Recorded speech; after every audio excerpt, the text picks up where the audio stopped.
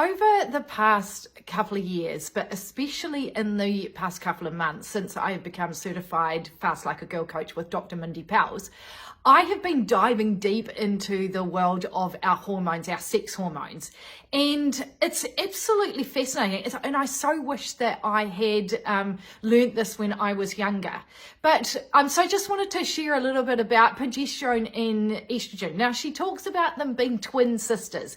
They're in the same family, but they are vastly different, and she gives them personality. So I just wanted to share what those are and what sort of tendencies we need to look at. So estrogen, you know, a normal cycle is on a 28-day to 30-day cycle. So estrogen comes in at the first half of your cycle, and estrogen loves, is really outgoing. It's really gregarious. It's an extrovert. So she talks about she and the personalities, and you know, really loves you to be, can handle a bit of stress, loves you to fast. This is where fasting is really imperative, to understand that you don't fast at the same time around throughout the month. That's why it's really important that as women we understand that our hormones, our cycle, and even if you haven't got a cycle anymore, there are ways that we can mimic it.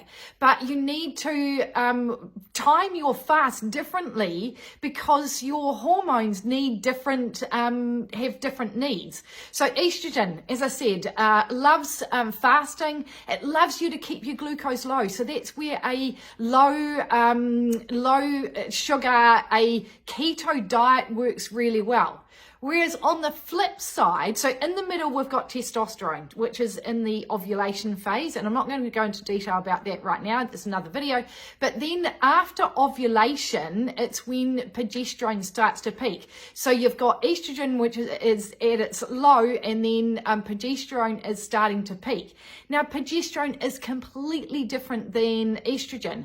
It's a introvert. She needs you to sit on the couch and just slow down a lot. It doesn't like low keto, so likes more of the glucose, and it actually doesn't like fasting because it needs you, progesterone needs you to keep your stress levels low. If your stress levels are high, then progesterone will become shy. That's her saying that she's got. And so if there is anything that you take away from this video, is to understand that the week before your period, that you really need to slow down, because we really need to mind progesterone.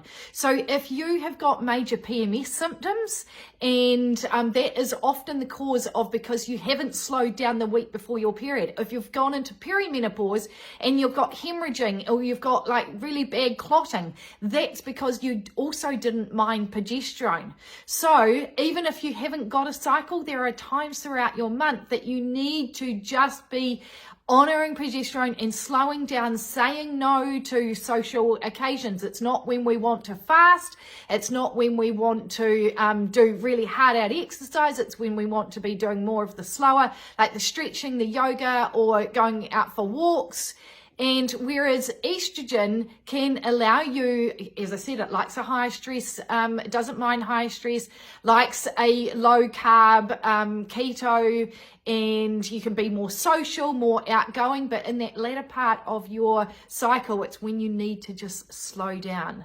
So just find it so fascinating, and just wanted to share that with you. I'd love to know, have you got any insights? Perimenopause is the hardest time that we bring into a fasting lifestyle, because we don't know exactly what our hormones are doing. So that's when we go off symptoms, and that's what I teach, is understanding to read what your body is saying, and then interpreting those and bringing in that different fasting lifestyle. So there's definitely a way to do it. And postmenopause, if you wonder if fasting is for you, absolutely. Fasting is the easiest time to be implementing postmenopause is the easiest time to be implementing a fasting lifestyle. And it's actually when you can go into those long fasts, it's easier to lose weight, but we do need to look at insulin resistance and insulin sensitivity. But again, that's another video. you know, where are you at? Are you all over your sex hormones, or is this something that is kind of new to you? Okay, I'd love to know. Bye.